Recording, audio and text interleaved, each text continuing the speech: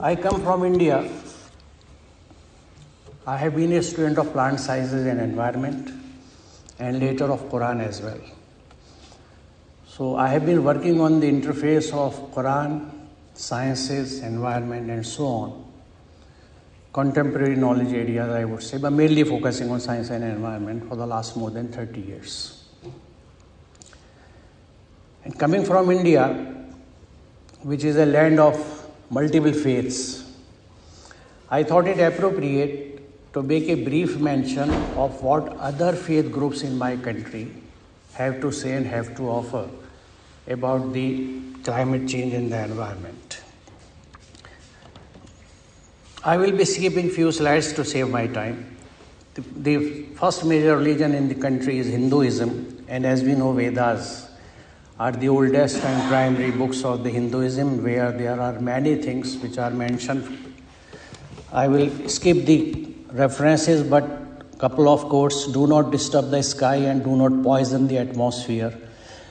The people who explain it, they say that since there was no understanding of pollution at that time, so it is written as the poison. Do not cut trees because they remove poison, and so on. Now, many of these commands are being practiced in different forms. Hindus have extended their social relationship to natural environment, considering rivers as their mother goddess, forests as god, animals as breather.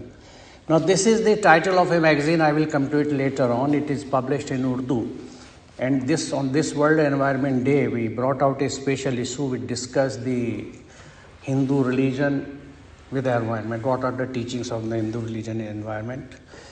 As I mentioned, they worship the trees like coconut and peepal, and in fact, tulsi, which is Ocimum sanctum, is cultivated in most of the households. It is considered a very specious plant. Then tribals have played a significant role in preserving several virgin forest areas called sacred groves or forests of god or goddesses. They are named and associated with a deity or mother goddess who is supposed to protect it and punish the encroachers. This is the picture from a sacred grove of Karnataka, where you can see the deity and the worshippers, and the entire environ they protect, the forests, and they are usually associated with the name of a certain goddess. Then in Sikhism, one thing I would like to mention, though I know most of you know it, that Abrahamic religions, they believe in messengers. But in Hinduism, they believe that these sacred texts, be it Vedas and so on, were revealed to their pious people or rishis, who are not exactly designated messengers, but due to their worships, they became close to the God and the Almighty, and those revelations were sent to them. Sikhism and Jainism, their books are the sayings of their gurus, Guru Gobind Ji, Guru Nanak Ji particularly, the Guru Nanak and other gurus also, and then we have the Jainism where Mahavir Jaina, the quotes of them are in their books. So the main Sikh scripture is Sri Guru Granth Sahib, considers nature or Qudrat, a lot of version we find in Guru Granth Sahib, as a divine manifestation which emphasizes harmony among its components, reference to all and deems human beings as stewards. Air is Guru, water is the father, and earth is the great mother of all. Day and night are the male and female nurses in whose lap the whole world plays. Jainism, the one of the most principles of Jainism, foremost principle of Jainism can be summarized as Paraspraha Jivanam, which means all life is bound together by mutual support and interdependence. One who neglects or disregards the existence of earth, water, fire, air, and vegetation disregards their own existence. Such and similar things are there in Jainism also. So what we can sum up, that all these religions, they have an understanding as well as they teach the conservation of resources, taking care of the environment and all its components.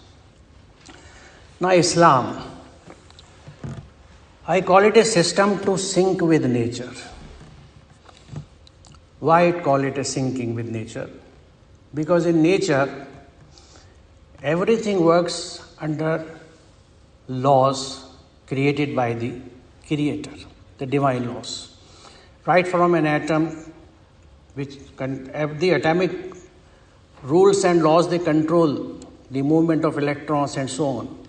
So right from atom to solar system and the universe, we cannot name a single thing which does not work under set of laws. These laws are divine laws. So as per the meaning of word Muslim, which means one who has submitted, this entire universe is Muslim because they submit to the divine laws. I will not call it guidance because they have no option, they just follow it. Where we stand as human beings, there is a fine difference that human beings are given the capacity to take their own decisions in their voluntary actions, thoughts, and spirits as well. No other creature in this universe has this decision, and I consider it a great empowerment to human beings, that they can control all their voluntary activities and thoughts and spiritual activities as well. Now, once we have this command, we are free to follow what is happening in nature, that is, follow the divine laws, or we can create our own laws and create our own setups, as most of us are doing it. But if we follow divine guidance, then we come in sync with nature.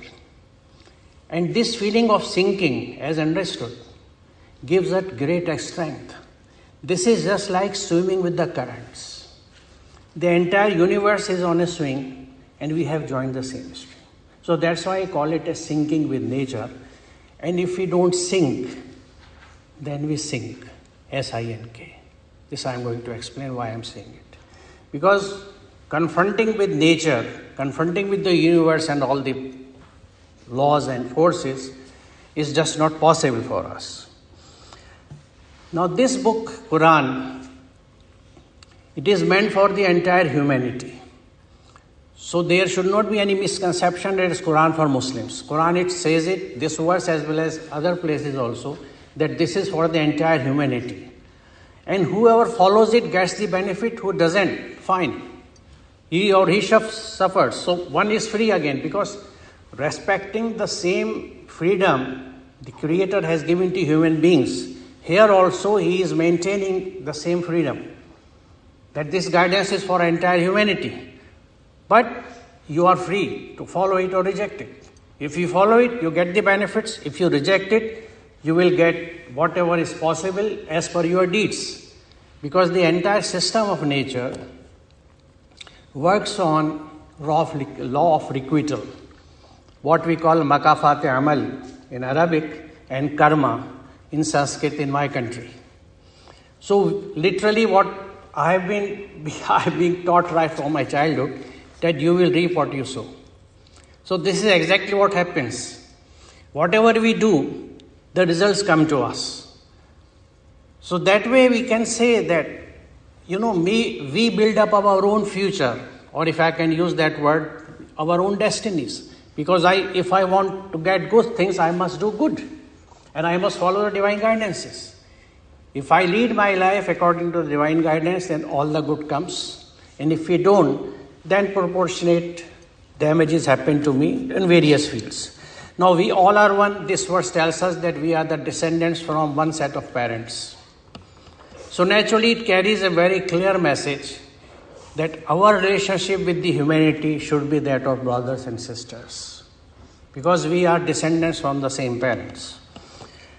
Then this planet is our common heritage. Wal ardi waza'alil anam. The God created this earth for the entire, all living beings. And whatever resources we have, we are the custodians of it. It has been discussed in the yesterday session also, that we are the successors or custodians or vicegerents of all the resources we have to behave like that. And here, I would give an interesting example from my country.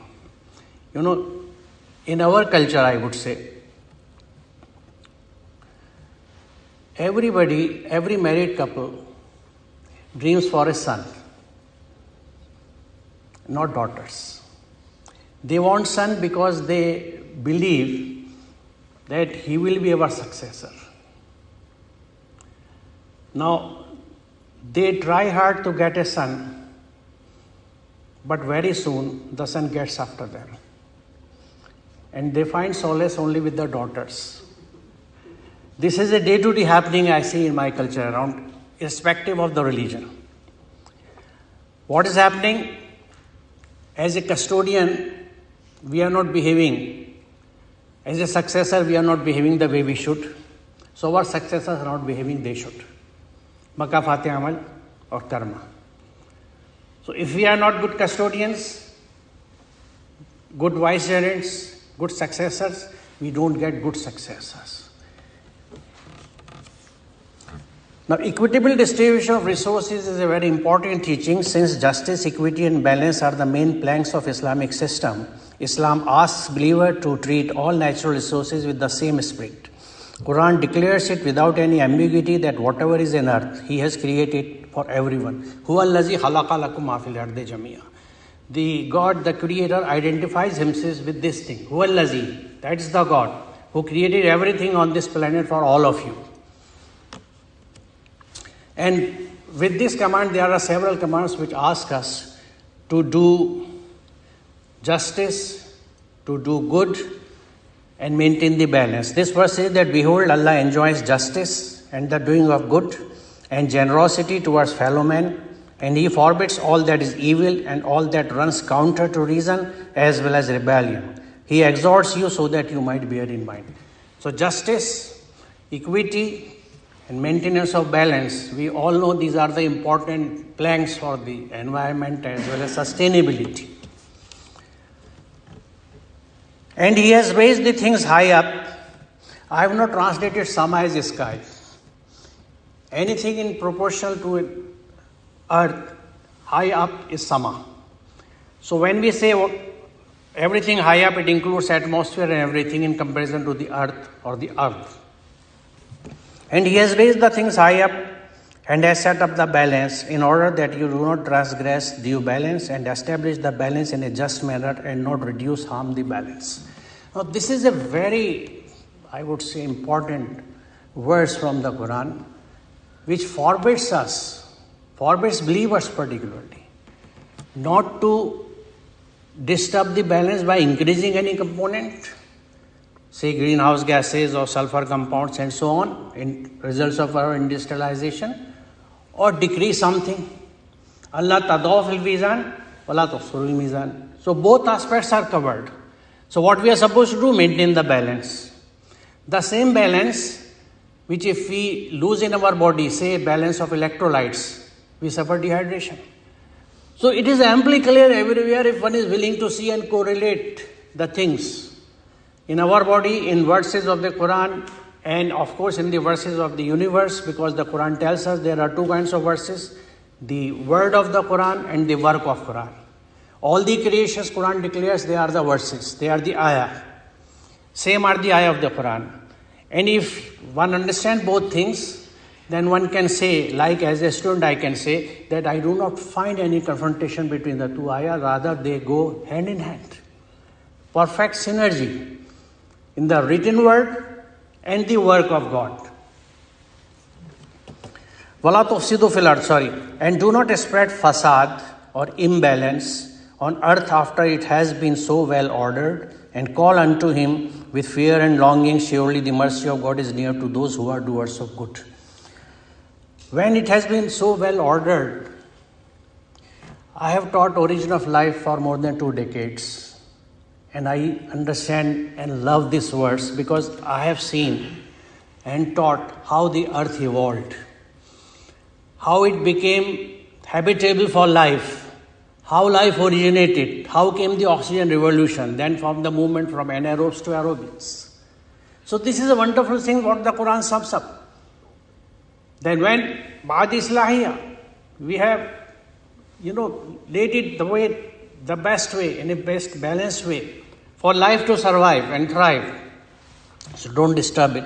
Wala tufsiru, don't create any sort of imbalance. Now this wala tufsidu is an order which asks us not to create any sort of imbalance, and it covers every sphere of our life.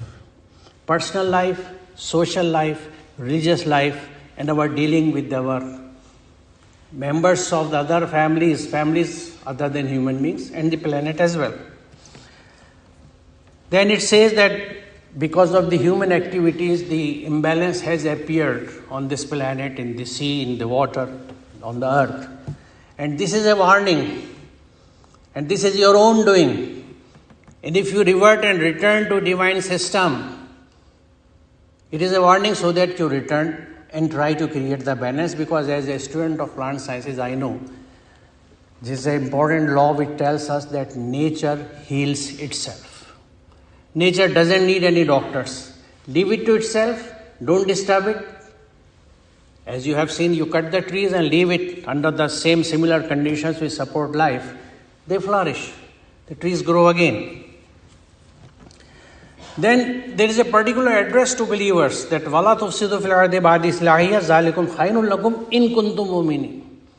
They don't create any sort of imbalances, particularly if you are the believers. Now these verses must surprise you all. They have surprised me as well. That why it has happened down the centuries that these clear-cut commands of the Creator, Allah subhanahu wa ta'ala, are not considered as ibadah and nobody follows them. I will come to it later on, but I had a rush to share it with you. Now, judicious use. Islam does not approve of a lavish or unjust consumption of resources, wasteful attitude and extravagance. It is very clearly that do not act extravagantly. Surely he does not love the extravagant. Another verse says that, and eat and drink and be not extravagant. Surely he does not love the extravagant. Islam links israf or extravagance to fasad, which is chaos, disorder, mischief, imbalance. Many things that comes under fasad in society, and declares extravagant as corrupters of society and spoilers of social order and harmony. People from the social sciences would appreciate better that how consumption and overconsumption, because instead of being primary consumers, we have become consumers of the quarterly level, secondary, tertiary, quaternary. And this is encroachment upon the accessibility rights of others. It's another issue, and I have limited time, I know. And do not obey the bidding of the extravagant who make mischief in the land and do not act right. They spread the fasad or imbalance and are not doing any corrective measures. La yaslihun. Now, main theme of my summation. Prayer or worship versus submission. Now, all these verses, as I said, they are clear-cut commands. And to follow any command of God is ibadah. The word abd, which means it best be translated as submission. It just cannot be prayer, just cannot be worship. It is submission. Abd, ibadah. And ibadah means, you see, breaking of horses when they are trained. It requires a lot of efforts, but once done, that powerful animal is under your command. Or laying of roads, a village road with mud and gravel, easy work, less efforts, but not very good results. From village roads, city roads, highways, runways. More the efforts, better the results. So ibadah is, submitting to divine commands. As much you submit, better results we get. In worship or prayers, we simply do not follow the commands. We follow few commands. Say for example, aqimus salah wa atu zakah, kutiba alaykum siyama. We ordained on you the system of salah and psalm or abstaining, and zakah, which is social development fund. I cannot call it charity. And pilgrimage. Fine. But what about these orders we are discussing so far? وَلَا تُفْسِدُوا فِي الْأَرْضِ أَقِيمُوا الْوَزْنَ بِالْقِسْطِ. And there are many others. So here is a comparison of the system of worships which is prevalent for so many centuries. I'm not bothered and interested at how it came. I'm not interested in history. I'm interested in the results, what we can do. We see the contrast. We see the people who are highly, I would say, as they claim, pious and muttaqi. But the word muttaqi means the one who sticks to God, just like the colloidal particles. That is taqwa. Sticking to the laws, do what you are told, don't do what you are forbidden. This is taqwa. But for in our societies, taqwa is one who is continuous in the prayers and fasting and so on. Very limited sense. That's why we do not see any environmental activism in the Muslim societies. I'm yet to hear a Friday sermon or khutbah where the learned speaker is talking about the environment and all those things which are binding on us. This is despite the fact that the entire book is binding on believers. Quran is binding on us the way these prayers are binding on us. 2 verses I will press here. True piety does not consist in turning your faces towards the east or the west. I hope you understand what it says. But the truly pious is he who has conviction in God and the last day and the divine forces and revelation and the messengers, and who gives money despite loving it to near ones, that is fellow beings, orphans, the needy, the wayfarer and the beggars, and freeing of human beings from bondage of people or debt, and submits